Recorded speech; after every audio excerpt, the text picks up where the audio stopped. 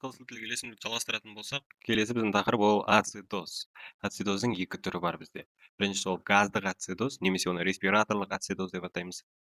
Ал екіншісі ол бізде газдық емес ацидоз, немесе метаболизмдік ацидоз деп аталады. Енді респираторлық ацидоз деген не? Респираторлық ацидоз аты айтып тұрғандай тыныс алу жүйесіне қатысты болып тұр, иә. Демек, өкпе көмірқышқыл газын қажетті мөлшерде шығара алмайды. Сондықтан қанда парциалды көмірқышқыл газының көлемі көбейіп кететін болады. Оны біз гиперкапния деп атаймыз. Содан бізде қышқыл негіздік күй бұзылысы пайда болады. Енді мына реакцияны есте сақтап алу керекпіз. Көмірқышқыл газы, оған су қосылған кезде бізде көмірқышқылы түзіледі. Көмірқышқылы бізде жаңа сутекті және бикарбонатты бөлетін болады. Ал бізде мынау сутек, ол бізде қышқыл болып саналады. Енді мына тізбекті жаттап алу керекпіз біз осы тұрғанда. Енді парциалды көмірқышқыл газы жоғары болды. Мына жерде көмірқышқыл газы жоғары дейік. Осы реакция жалғаса берген сайын бізде не көбейеді нәтижеде? Қышқыл көбейеді. Міне, көмірқышқылы да көбейеді нәтижесінде, одан кейін қышқыл да көбейеді. Одан келіп pH-ымыз бізде төмен қарай түсетін болады. Ацидоз жағдайы тіркеледі. Енді неліктен СО2 көбейіп жатыр? Оның негізгі бір себебі өкпе СО2-ні шығара алмайды. Біріншісі, бронх пен өкпе аурулары. Бронх демікпесі немесе созылмалы обструктивті өкпе ауруы. Сондай жағдайларда өкпедегі СО2 сыртқа шығару қиындайтын болады. Екіншісі, ол бізде тыныс бұлшықеттерінің әлсіздігі, миостения, омыртқа жарақаты кезінде, бұлшықеттердің зақымдану кезінде бізде тыныс алу қиындайды. Содан да бізде СО2 шыға алмайтын болады. Одан кейін тыныс алу орталығының тежелуі. Ол енді сопақша мида зақым болған кезде, не болмаса аналгетиктер, есірткілік аналгетиктер, опиоид, морфин деген секілді, оларды салған кезде бізде тыныс алу орталығында тежелу болады. Келесі, СО2 көп жерде ауамен тыныс алу. Яғни айтқанда жабық бөлмеде қалып кету, немесе өндірістік аймақта болу, ол бізде тек СО2 бар жерде демалатын болсақ, қанда да СО2 көрсеткіші көтерілетін болады. Енді респираторлық ацидоз ол бізде жедел және созылмалы деп бөлінеді. Жедел ол бірнеше минутта немесе сағатқа дейін болады. Бұл демікпе ұстамасында. Бұл кезде бүйрек компенсацияға үлгере алмай қалады да, бұл жерде дереу декомпенсация жағдайы тіркелетін болады. Ал созылмалыда 48 сағаттан ұзақ өте жай процесс болғандықтан, мысалы созылмалы обструктив өкпе ауруы кезінде, бұл кезде бүйрек үлгереді. Жаңағы қышқылдарды зәр арқылы шығарып жіберуге, не болмаса бикарбонаттарды реабсорбциясын арттыруға үлгеретін болғандықтан компенсация осы жерде дамитын болады. Енді компенсация ол екі түрлі жолды таңдайды организм. Артық протондарды байланыстыру, не болмаса шығарып жіберу. Екіншісі ол бикарбонатты көбейту керек деген шешім. Енді буферлік жүйелер ең маңызды бұл жерде гемоглобин буфері, ол сутекті ұстап қалады да, соның әсерінен бізде қышқыл азаятын болады. Екінші, бүйрек бұл кезде жаңағы зәр арқылы сутек иондарын көп бөліп жібереді, не болмаса аммиакқа қосу арқылы аммоний тұздары арқылы бөлетін болады. Бұл да қышқылдан құтылудың бір жолы.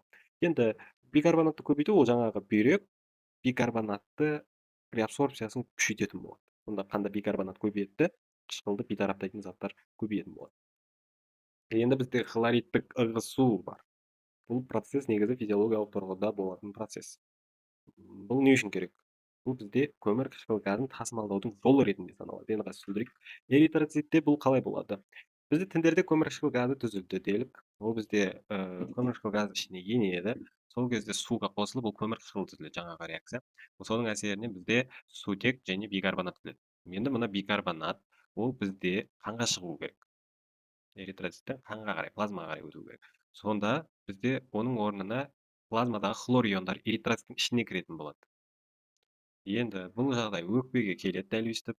Сол кезде хлор эритроциттен қайта шығып кетеді, ал бикарбонаттар эритроцитке қайта кіреді. Сонда кері реакция орын алады бізде.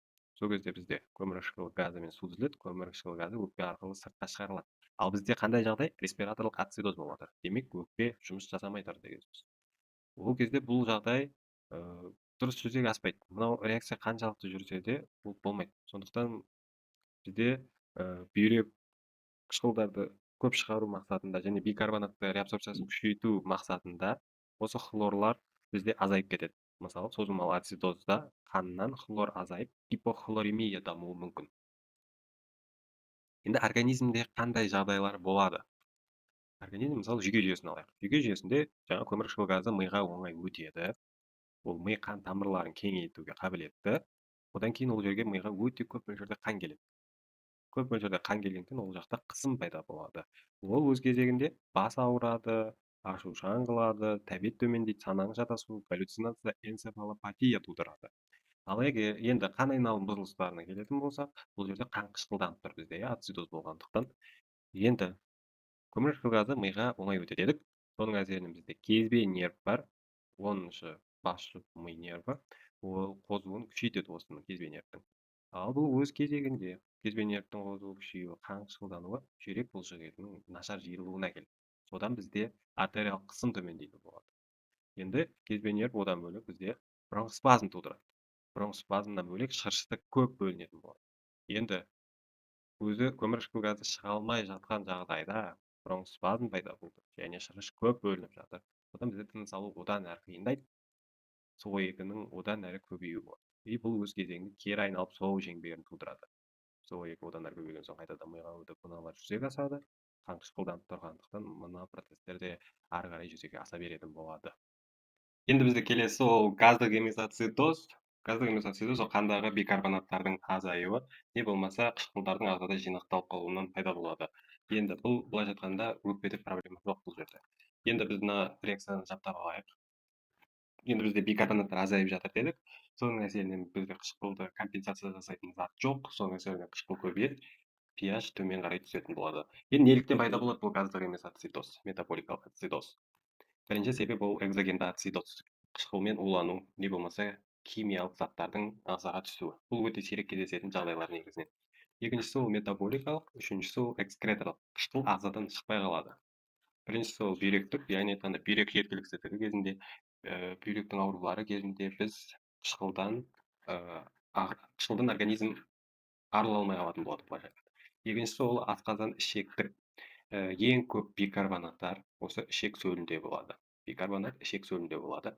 Енді бізде көбіне диарея болған жағдайда осы бикарбонаттардан айырылып қалатын боламыз. Сол кезде бикарбонаттың мөлшері азайып кетеді, соның нәтижесінде қышқыл көбейіп кетеді, pH төмендеп кететін болады. Метаболикаға келетін болсақ, кетоацидоз және кетоацидоз ол бізде оның себептеріне көрсетілген қант диабеті және де ашығу, бауыр жеткіліксіздігі, этанолмен улану, қызба, гипоксия, гликогеноздар, адреналинттердің жанама әсері. Екіншісі ол бізде лактат-ацидоз.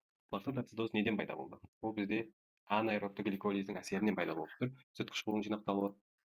Ол бізде тыныстық гипоксиядан, қан айналым гипоксиясынан, бауыр жеткіліксіздігінен, В1 витамині жетіспеуінен, тұқым қуалайтын ферментопатиялар, бауыр ісігі, басқа да ісіктерден туындайды.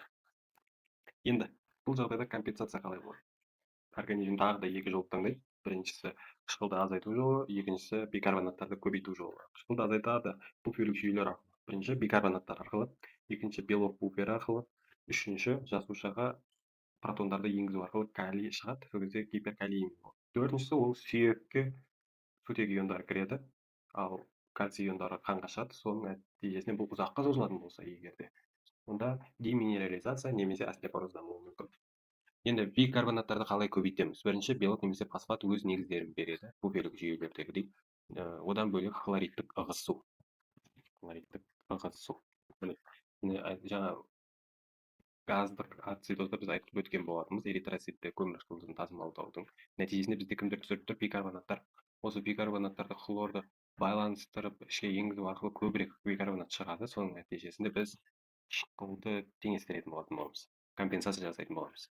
Одан кейін бізде өкпе қалай көмектеседі бұл жағдайда? Бізде өкпе бұл жолы сау болып тұр. Яғни айтқанда қышқыл көбейді, енді орталықта тыныс алу орталығын қозғайды, адам жиі әрі терең тыныс алады, гипервентиляция пайда болады. Сол кезде көмірқышқыл газы көп шығады, соның нәтижесінен pH жоғарылайтын болады. Бұл бірден орнап кететін компенсация емес, бұл 1 сағат көлемінде орнайтын компенсация. Бұл кезде кусмауль тынысы. Әсіресе диабеттік кетоацидозда көрініс береді. Бүйрек не істейді бұл жағдайда? Бүйрек бұл кезде қышқылдарды көп шығарады, аммоний тұздарын көп түзеді, бикарбонатты көбірек қайта сіңіретін болады. Енді бізде организмдегі өзгерістер метаболикалық ацидоз кезінде. Бірінші ол жаңа айтып өткен гипервентиляция. Екінші жүрек не істейді? Ацидоз катехоламинтерді көбейтеді. Адреналин, норадреналин деген секілді жүрек жиі соғады осы кезде. Одан кейін ацидоз бізде тереңдей түседі, содан кейін жүрек әлсірейді. Одан кейін бізде аритмиялар пайда болады. Одан кейін парасимпатикалық әсер. Ацидоз кезбе нервті қоздырады. Сол кезде бронхоспазм, шырыш көп бөлінетін болады. Сонымен қатар, парасимпатика ол бізде ас жүйесіне күшейткіш әсер етеді. Сол кезде перистальтика күшейетін болады ішектерде. Ол кезде диарея артып кетеді. Тағы да бикарбонаттардан айырылатын боламыз. Одан кейін құсу да туындауы мүмкін. Келесі, сутек иондары жасуша ішіне көп енеді. Содан кейін бізде кальций, натрий, калий деген секілді иондардың барлығы жасуша сыртына шығады. Ал оның барлығы бізде осмостық қысым тудырады. Олар сөйтіп осмостық қысым жасуша сыртында көбейгендіктен суды да сұйықтықты да өзіне бірге тартатын болады. Сол кезде бізде жасуша сыртылық гипергидратация дамитын болады.